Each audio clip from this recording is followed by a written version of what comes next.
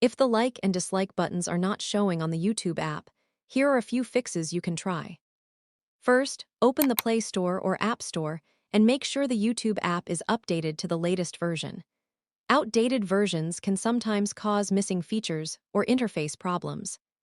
Next, close the YouTube app completely and reopen it. You can also restart your device to refresh the app. If the issue still continues, open your phone settings app, go to Apps, then select YouTube. Tap on Storage and choose Clear Cache.